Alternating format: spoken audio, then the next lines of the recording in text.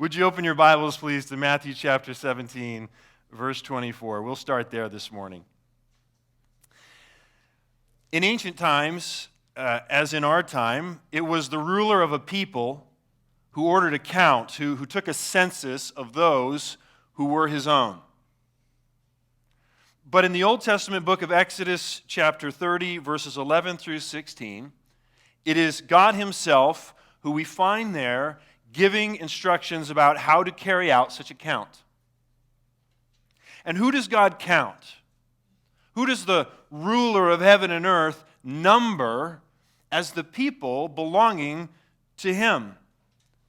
What we find there in Exodus chapter 30 is that those God calls and numbers as his own are those he has just rescued out of slavery. In the days of Moses, soon after giving him the plans for building the tabernacle, God tells him how to take a census, a numbering of the people who've been brought out of Egypt into the wilderness. And it's an exercise that's meant to bring home to the people that to be counted as belonging to God, they must also be counted as those who could not save themselves, but had to be rescued and saved by him. And so there in that text, as they're being counted and as they're being identified in this way, each man, 20 years old and older, was required to offer up a small payment to God as a symbolic ransom. It was to be an acknowledgement of their helplessness and sin, an acknowledgement of their unworthiness to be numbered in God's family, an acknowledgement that each and every one who was counted as belonging to Yahweh owed him their very lives. And God tells Moses that each one of these individuals must pay the same amount for this symbolic ransom price for their life. The rich were not to pay more than a half shekel of silver, as though their lives were worth more than the lives of the poor. And the poor were not to pay less than a half shekel of silver, as though their lives were somehow worth less to God than the lives of the rich. No, this gracious, symbolic half shekel payment, which was also called atonement money by God, was to be the same payment given in place of or on behalf of one and all. So that, as one commentator put it, in the matter of atonement, all stood on the same platform. And so we read there in Exodus, everyone who is numbered in the census, from 20 years old and upward, shall give the Lord's offering. The rich shall not give more, the poor shall not give less than the half shekel when you give the Lord's offering to make atonement for your lives. You know, some of those who were counted in that census were simple, and some were wise. Some who were counted in that census were well known, and others were completely unknown. Some of those who were counted in that census were young. Some of them were old. Some of those who were counted in that census were great God offenders, and some of them lesser offenders. But in the words of Charles Henry McIntosh, the ground of atonement is alike for all. The ground of atonement is alike for all. And what was this collected atonement money supposed to be used for? Well, it initially seems to have been intended as kind of a one-time payment by the people of that generation for the construction and the upkeep of the tabernacle. And in fact, we find out in Exodus 38 that most of the silver from all of those half-shekel coins got used to make the silver bases that held up the tabernacle panel walls, so that you could say the tabernacle was literally founded on the silver of atonement. But why use the census money for that? Why use the silver of all those half shekels to build and then to maintain this tiny place where Eden was recreated only here inside this tent? This one place where God could once again dwell with his people in holiness and meet with them in peace. We're told in verse 16 of Exodus 30 that they were to use this atonement money in this way so that it may bring the people of Israel to remembrance before the Lord so as to make atonement for your lives. What this means is that every time both God and the people of Israel looked at that tabernacle, it was to be a reminder of the privileges enjoyed through that place. Forgiveness, blessing, holiness, peace, inclusion, that they had come only, all of those privileges, it was to be a reminder that all of those privileges had come only on the basis of a paid ransom, only on the basis of an atonement price.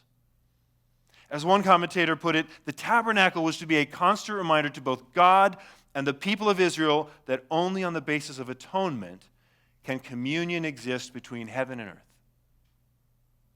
Well, time passed, and in time, this one-off tax seems to have morphed out of necessity into a more regular tax that was levied on males 20 years and older every time a census was taken.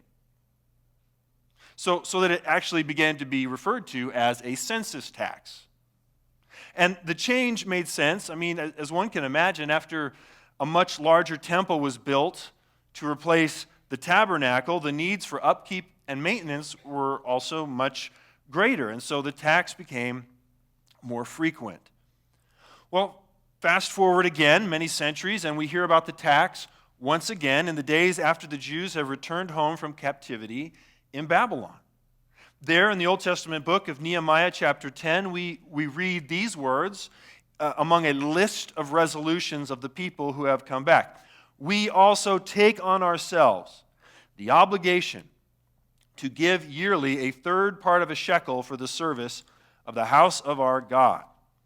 So after 70 years in exile, away from the tabernacle, away from the temple, the people of God have returned to Jerusalem in small bands to rebuild their city and to reestablish their way of life.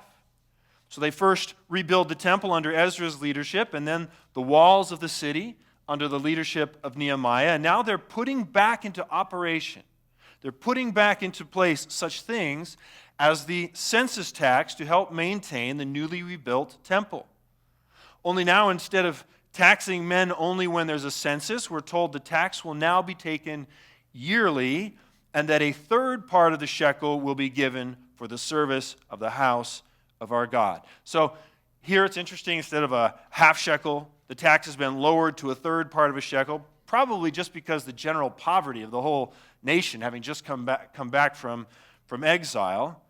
And then also, it's also interesting that instead of a census tax, this is now more accurately coming to be known as a temple tax.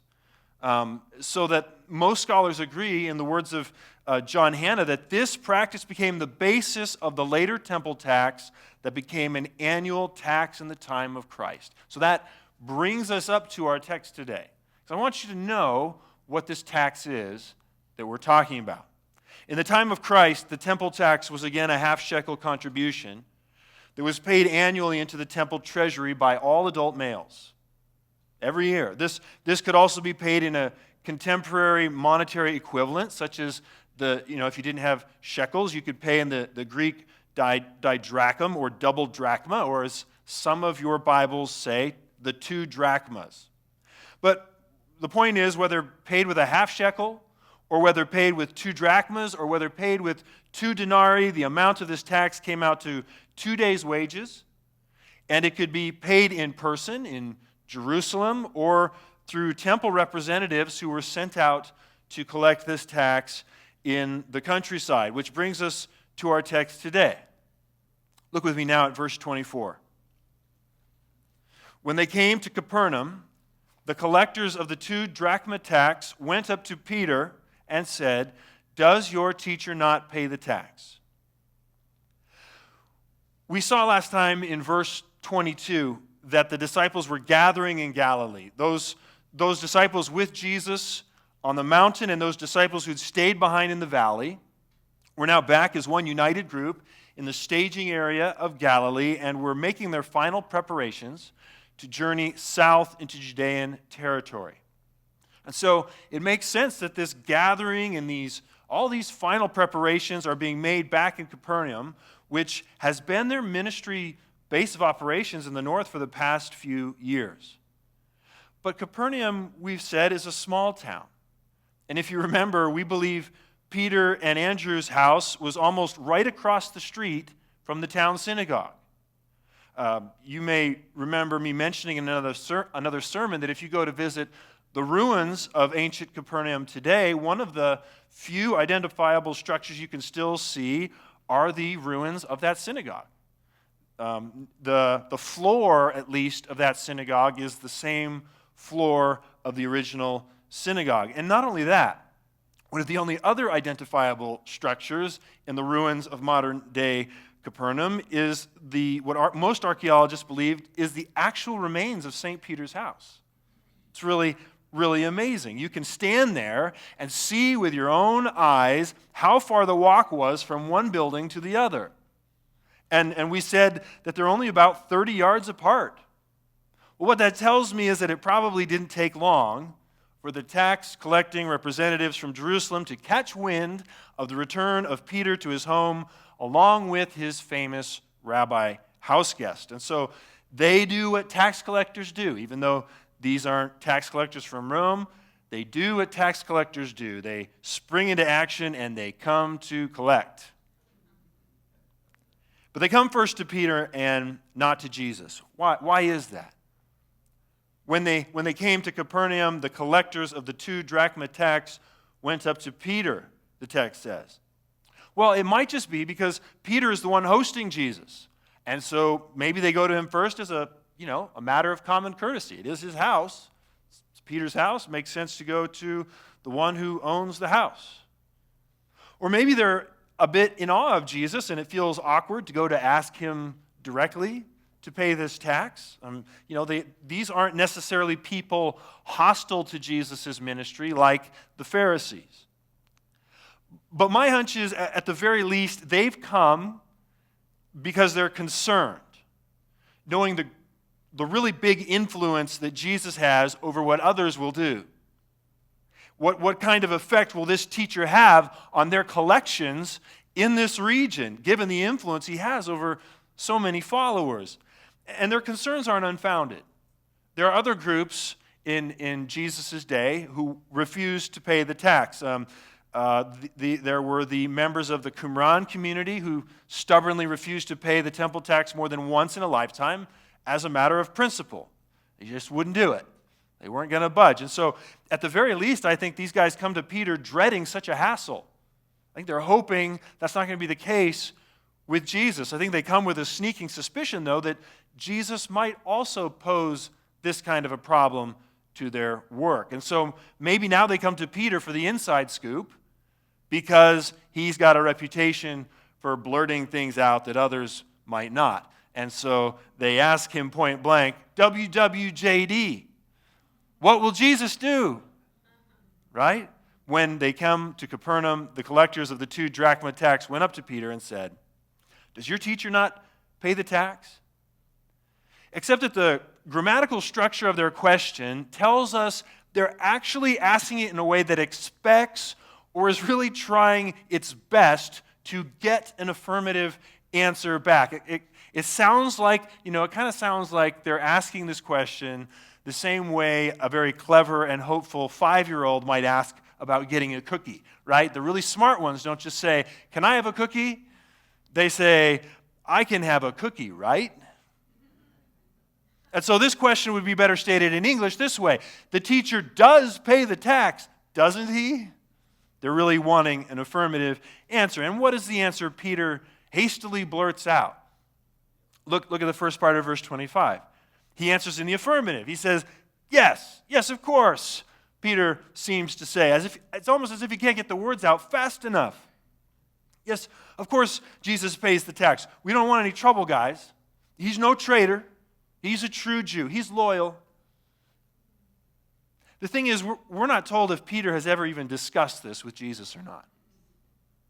And the fact that we have a whole conversation about it in the rest of the verse suggests that he hadn't talked this over with Jesus yet. And so to me, the whole story almost feels like Peter is hoping to deal with this tax situation quietly, without ever letting Jesus hear anything about their inquiry. It almost feels to me like Peter is trying to be secretive here, like he's hurrying into the house to see if he can rustle up the money to pay these guys off before Jesus looks out the window and sees them there on the porch.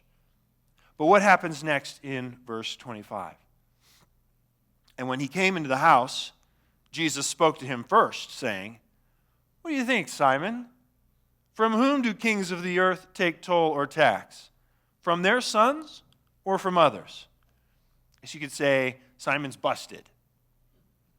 See, there are some who think, and I tend to agree, that Simon is still doing everything in his power here to prevent the dark future that Jesus has now predicted twice. There's some who think, and I agree, that he's still working to try and keep that from happening, to keep that from coming to pass. Simon Peter may not understand why Jesus keeps talking about suffering and death at the hands of the religious authorities, and he may not speak out against these passion predictions anymore as he did once. But in his mind, I think it's possible he's still determined to quietly do everything in his power to prevent the Christ from meeting this end. And I think we could say his actions with a sharp sword later on in the Garden of Gethsemane seem to confirm this suspicion. Because remember, Peter has seen Jesus confronting and offending the religious leaders countless times before. Think back to the way his words about washing hands offended the Pharisees in chapter 15. I'll talk about that in just a minute. And so I think he's worried Jesus might do it again here and refuse to pay the tax outright and just keep making things worse for himself when he gets to Jerusalem. And so, as Edersheim puts it, it's possible this incident is really just another less obvious way of Peter saying, "Far be it from you, Lord. Far be it from you." You know, the first time Peter said that to Jesus, it was out loud. It was a way of saying, "I know better than you what should happen here, Jesus." And he was strongly rebuked for this hard-headed thinking there, and rightly so. You know, and sometimes that's enough to get us to humbly obey God, to get us to humbly trust God, but other times our doubts linger, don't they? Sometimes even when we're confronted with our unbelief, even when we're confronted with something like that, our doubts get driven underground instead of completely disappearing. And so we put on a smiley face on Sunday mornings and we say the right things, but we're still thinking and acting in subtle ways that say, "I'm not sure Jesus knows what he's doing." And if that's really what Peter's doing here by trying to handle this tax issue on his own, Jesus once again calls him on it. But he does so gently this time. Jesus is inside Peter's house, and our text says when Peter comes back inside from his conversation with the temple tax collectors, Jesus spoke to him first. If you have a King James version, the words in your Bible will sound very strange here. Your verse will say, Jesus prevented him. But the word prevented is just a really old way of saying Jesus went before him. He prevented him. He went before him. And so the meaning is the same, that Jesus already knows what's going on with Peter. He anticipates all the questions and all the options swirling in Peter's mind and speaks before Peter can say or do anything. And what Jesus says reveals that he knows not just what's gone on outside with these tax collectors, but also everything going on inside Peter's heart. Jesus spoke to him first, saying, "What do you think, Simon? From whom do the kings of the earth take toll or tax? From their sons or from others?" You know, we can't hide our thoughts from Jesus. I don't know if you've thought about that much. For Jesus, it's like when a family plays a game and the 4-year-old is constantly laying his cards out on the kitchen table in plain sight, and you're trying to teach him, no, you got to keep those secret, but he just keeps laying them out there. We can't hide our cards from Jesus.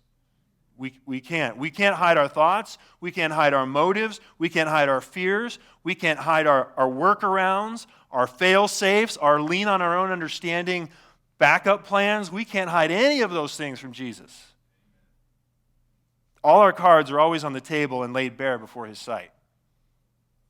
And sometimes, because he loves you, Jesus will speak to you first about those things like he speaks to Peter here. Sometimes he will let you know in some startling way that he knows about those doubts and fears and schemes and secretive thoughts in order to put your eyes back on him and remind you who he is. And how does he do that here? I mean, other than making it clear that he knows about the temple tax issue, how does Jesus remind Peter who he is? Well, he starts by giving an analogy.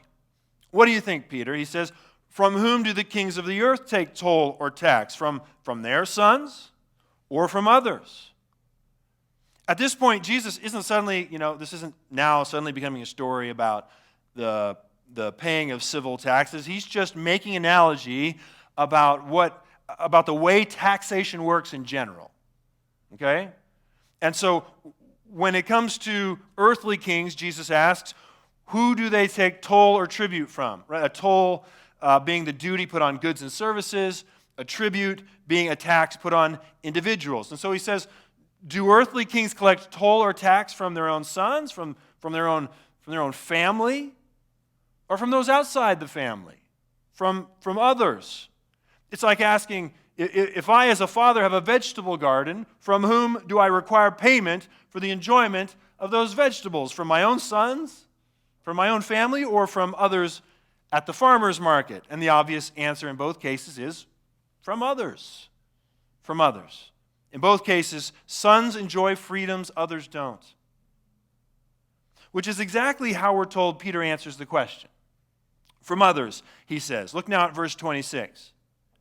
And when he said, from others, Jesus said to him, then the sons are free. What Jesus means by free is that the royal sons are exempt from paying the tax. And so the big idea of our text today and the point of Jesus' analogy, the point that's the same, that sons enjoy freedoms that others don't, especially the sons of royalty. And the first freedom royal sons enjoy is the freedom from obligation to pay what others have to pay. Well, how are we to understand Jesus' analogy as it relates to the temple tax situation? Well, it's very simple. It's very simple. In the case of the temple tax, who ultimately is the ruler or king of the temple who has issued this tax in the first place? It's, according to Exodus 30, it's God. It's God. Peter knows that that title belongs to God alone and that the Jewish people are his subjects, the others from Jesus' analogy, which leaves only the sons. Who are the sons that are free? The ones exempt from the obligation to pay the temple tax. Only the son of the king of the temple. Only the Son of God. And Jesus is that royal son. As Peter himself has already confessed, and as Peter himself has already heard confirmed from the cloud on the mountain. Since the temple is his Father's house, Jesus is explaining to Peter that he, as the Son of the living God, is exempt from payment. Jesus is free from the obligation to pay the temple tax that others have to pay. There is no divine command that applies to him on this matter. And so how does Jesus put Peter's eyes back on him and remind Peter of who he is as Peter's doubts and fears begin to rise in his heart surrounding this temple tax situation? This simple tax analogy is how. Through it, he reminds Peter that he is not just my buddy Jesus. Through it, he reminds Peter that he's not just my best friend Jesus. Through it, he reminds Peter that he's not just my poor, misguided rabbi Jesus. Through it, he reminds Peter that he's not just a carpenter from Nazareth who is a guest in my house, Jesus. No, Simon. The one you're trying to keep secrets from is Jesus, the Son of the living God. No, Simon. The one you're trying to protect is Jesus, God's beloved Son, in whom he is well pleased. No, Simon, the one you doubt knows best is Jesus, the almighty Son of the King. What do you think, Simon? It's almost a playful rebuke, isn't it? It's so gentle. And I think Jesus doesn't call him Peter here, you might notice, because he knows he's not dealing with the hard stubbornness of a rock this time, but the stressed out frailty of a reed. And a bruised reed he will not break. His rod is not a rod of iron to break us, writes Thomas Watson, but a fatherly rod to humble us. Aren't you glad for the perfect corrections of Jesus? And aren't you glad for his powerful reminders of who he is when you start to doubt that he knows best? I've got this, Simon, Jesus seems to say, and I've got you. This is the Jesus you serve too. Same Jesus. Lay your fears down at his feet. Cast your cares on him because he cares for you. He's got this, and he's got you. But here we've sort of interrupted Jesus mid-sentence because his own exemption from this temple tax isn't the only freedom he enjoys as the Son of the King. He doesn't have to pay out of obligation, but the second freedom he has as the Son of the King is the freedom to pay the tax anyway out of love. The second freedom royal sons enjoy is the freedom to love by paying what they don't have to pay anyway. Look now at verse 27. However, Jesus says to Peter, not to give offense to them, go to the sea and cast a hook and take the first fish that comes up, and when you open its mouth, you will find a shekel.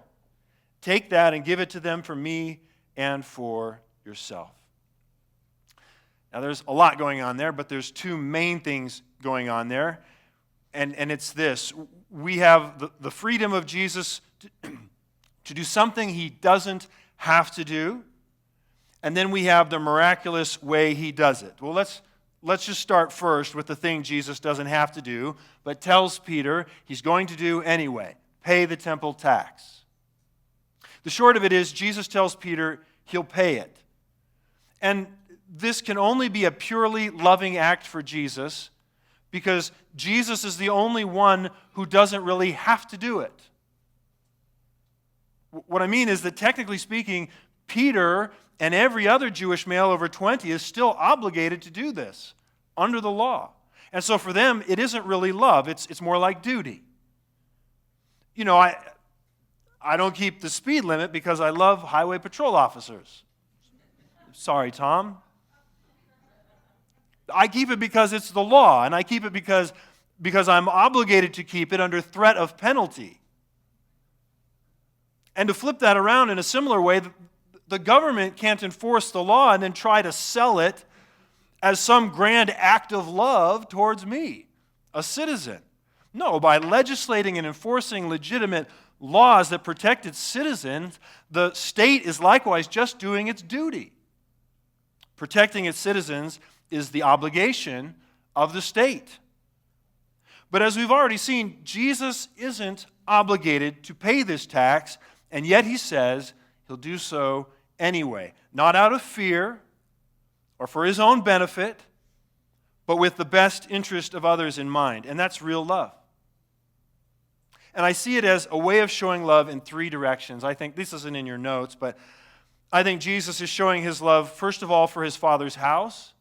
I think Jesus is showing his love, second of all, for the collectors of the temple tax. And I think Jesus is showing his love for Peter here. First, I think giving this tax when he doesn't have to is simply an expression of Christ's love for his Father's house. Jesus will give a half shekel of silver into the temple treasury, even though he knows that much of what he gives goes into the hands of evil men, will be used under the influence of evil men. Jesus will give a half shekel of silver into the temple treasury, even though he knows, in the words of R.C. Sproul, that the whole function of the temple soon will be irrelevant and obsolete, because in just a few days, he will offer the perfect sacrifice once for all there.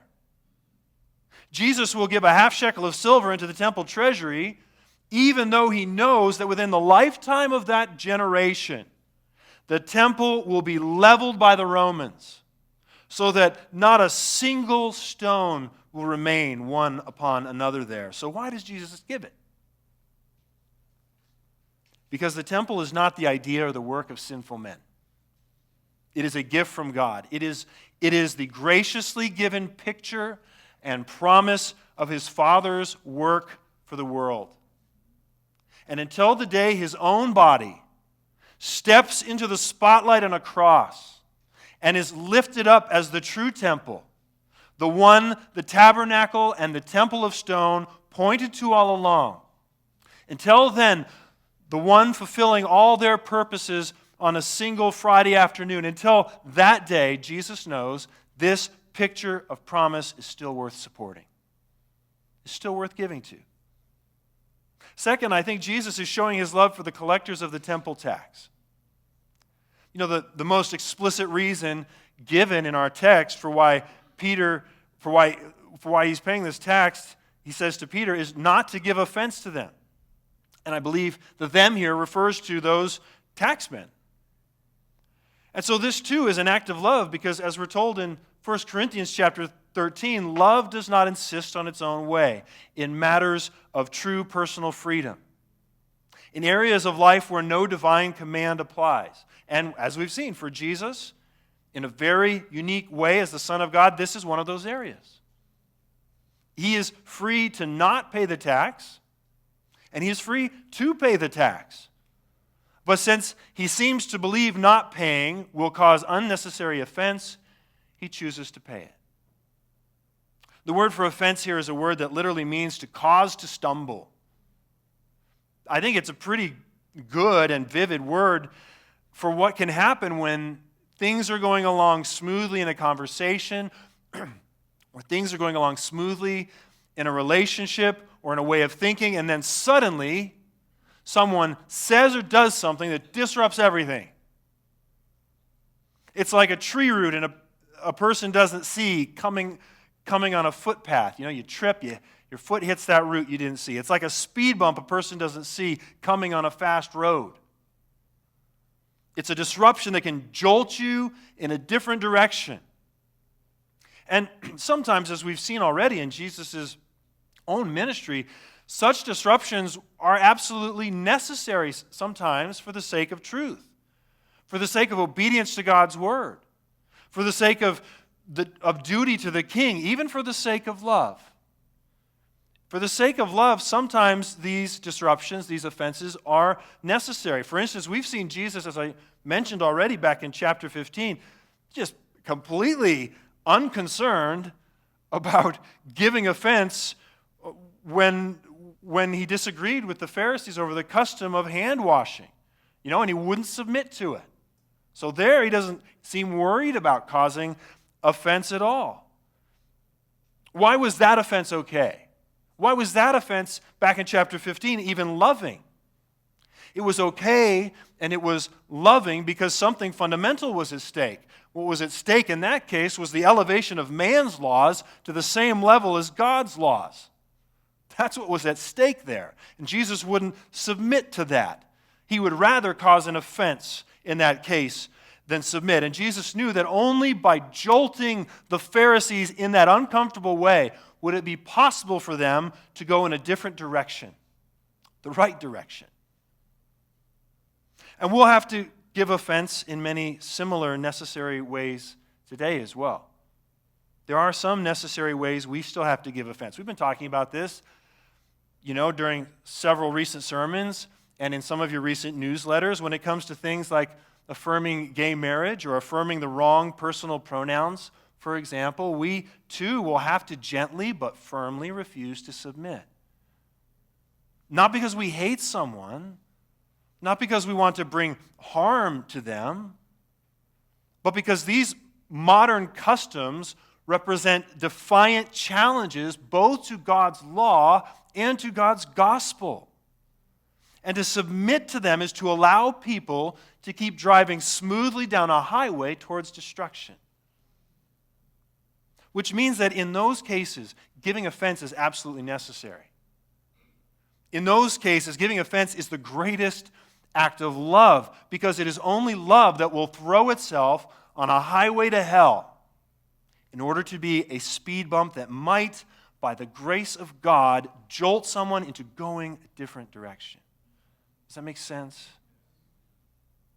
But the point of Jesus' choice here to pay the tax is that not all offense is necessary. Sometimes offense is necessary, but his point here is that not all offense isn't necessary all the time. Not every hill is a hill to die on, right?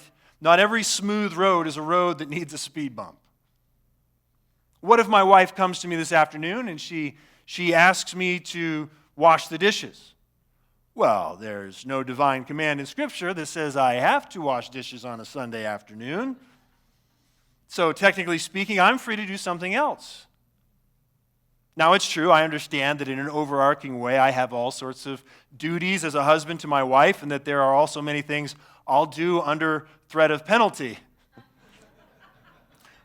But in lots of very specific ways, there are things that I'm free to do and things I'm free not to do within the context of a marriage.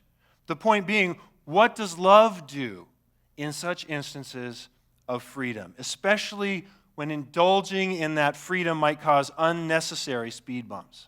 In those cases, love does not insist on its own way.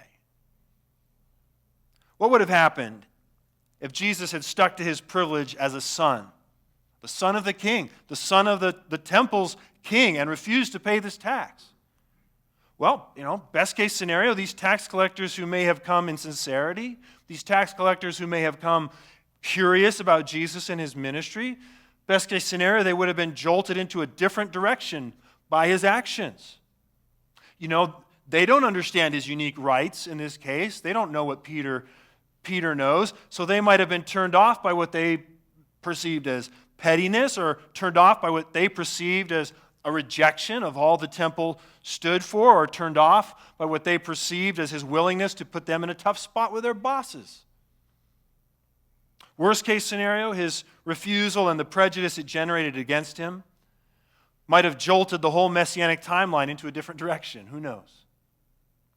Word might have gotten back to Jerusalem and somehow sped up the events leading to his arrest and death, which would have disrupted centuries of prophetic timing. Of course, who knows? These are all hypothetical questions. It's all speculation, and it didn't happen. But the point is, it didn't happen because Jesus used his freedom to love. In this case, to love the taxmen. He loves them by not letting them be unnecessarily tripped up by his actions. Jesus looks at this tax situation and, seeing no spiritual harm in paying the tax and seeing no spiritual benefit in refusing to pay the tax, Jesus chooses to pay it. We said Jesus isn't obligated to pay this tax, and yet he agrees to do so anyway. We've said he does this not out of fear. We've said he does this not for his own benefit, but with the best interest of others in mind, and that is real love. And so I've said, I think Jesus is showing his love first for his Father's house. I think Jesus is showing his love second for the collectors of the temple tax. And third, I think Jesus is showing his love for Peter. How so? How does Jesus have Peter's best interest in mind here? In two main ways, I think. The first of which is by not confusing poor Peter any further. What do I mean? I mean that even the way Jesus now pays this tax sends a clear message to Peter that is consistent with what Peter has already confessed and heard about Jesus. Think about it. Peter knows that Jesus is the sinless and holy Son of God. So wouldn't it have been confusing if Jesus had now paid this tax in exactly the same way as any other man who was obligated to pay it? I mean, in light of the original nature of this tax? I feel like it might have confused Peter. Because remember, paying this tax was originally an offering of atonement. It was originally a ransom of souls. And so how could Jesus, the Son of God, need to give money to ransom himself? He who had no need of saving. He who had no sin. And so I think it's significant that although Jesus says he will pay this tax, It's not his own pockets that are emptied to do it, but the mouth of a fish that's emptied to do it. Look again at the strange story that Jesus gives to Peter, these instructions he gives to him in verse 27. However, not to give offense to them, to the taxmen, go to the sea and cast a hook and take the first fish that comes up, and when you open its mouth, you will find a shekel. Take that and give it to them for me and for yourself. You know, there are so many things we could say about this, but time is short. For instance, we could go into detail here about all the strange ways people have tried to explain away Jesus' instructions here to Peter. I mean, there's all sorts of crazy theories, like the theory that says he's really just telling Peter to catch a fish and to go sell it to pay for the tax. Yeah, well, that makes a little more sense. It sounds like something we could do. Or the theory that says he's really just telling Peter, Hakuna Matata, right? Don't worry so much. You just go get on with your fishing and the tax will look after itself. That's actually another theory about this. People are really concerned about this story. I'm like, if he can make the world, why is this so hard? But I think if Jesus meant these other things, he would have said it. That's not what Jesus says. Or we could go into detail here about how Peter, if he'd been left to handle this situation on his own, like go catch some fish, I think his go-to option would have been a net. That ups the odds tremendously. I'm just going to go throw a net in there. I'm going to get all sorts of fish. But instead, I think it's interesting that Jesus says, get a single fishing hook. A single hook. We could then mention the interesting fact that in the oldest layers of the excavations of Peter's house, they found fish hooks. It's kind of cool. But instead, we need to focus here on this one thing: the earmarks of divine omniscience and omnipotence on clear display in the way Jesus pays his tax. Right? First, as Warren Wiersbe points out, someone had to lose a coin in the water. Then a fish had to take that coin in its mouth and retain it. That same fish, he writes, then had to bite on Peter's hook with an impediment in its mouth and be caught. I'd add to that, then you got to factor in the timing involved in all this. It has to happen right when Jesus says, go down there. I'd add, too, that Jesus knows that it's not the second fish or the fifth fish or the seventh fish. No, it's the first fish. The very first fish. He knows which fish will have the coin in its mouth. Wiersbe concludes, you cannot explain all of this in a natural way. It is too complex for an accident and too difficult for human management. And really, what better way for Jesus to reinforce for Peter that he is indeed the Son of the living God, the Son of the King of the universe, and not like any other man? What better way than for him to pay the tax through such a display of sovereign power? It may be, writes B.C. Caffin, that the Lord wished to teach Peter that though he submitted to this demand like an ordinary Israelite, he was indeed the Lord of creation, that even the fishes of the sea would wait upon his will. But I said I think Jesus is showing his love for Peter here in two main ways. And if the first way was not to confuse him, I think the second way he shows his love for Peter is by paying the temple tax for him too. Maybe you didn't notice it. Maybe you didn't notice the detail in the story, but how much is the coin worth that Jesus says will be found in the mouth of that fish? Not just half a shekel, which is what the tax is, but a full shekel. Not just 2 drachma, but 4. In other words, enough money to cover Jesus and pay the ransom for Peter too. And listen to the way Jesus speaks to Peter when he tells him what to do with that money once he gets it in his hand. Take that and give it to them for me and for yourself, he says. Calling back the original purpose and language of the very first temple tax, what Jesus literally says here, the words he uses here, it sounds like this: take that money, and give it to them instead of me, in the place of me, and instead of you, in the place of you. This is the language of ransom. In the New Testament, this is always the language of substitution and exchange. And in our text today, it is a foreshadowing of what Jesus will do for Peter and what Jesus will also do for you on an old rugged cross. On that cross, Jesus cries out, "It is finished." That word for finished is connected to the question that was first asked Peter in our text. Your teacher does finish the tax, doesn't he? It's a word that also means paid. Your teacher does pay the tax, doesn't he? It is paid in full, Jesus cries out on the cross. All of your obligations to God have been paid by me, by my life and by my death. My life is the ransom price freely given in exchange for your life. My body and blood are the atonement money freely given once and for all to pay for your sins. Sons enjoy freedoms, others don't. But I give up my freedoms so that you too might become sons and daughters of the King, so that you too can be made able to freely love one another. Let's pray.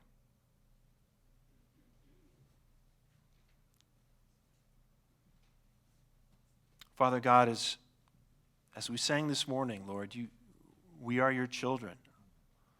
What manner of love is this, that we should be called the sons of God, the sons and daughters of God, the children of God? This is a free love. This is a love without obligation. Lord, your word says that we sinned against you and you were not obligated to do anything but condemn us. We have justly earned the punishment of our sin. And true justice would have been for every single human being to be consigned to an eternal hell. But Lord, in your love, you chose to freely come. You chose to freely give your life for the sake of us, so that all who put their trust in you might be saved. You came and paid the price, the ransom price. Your life was the atonement money, paid once for all who would believe.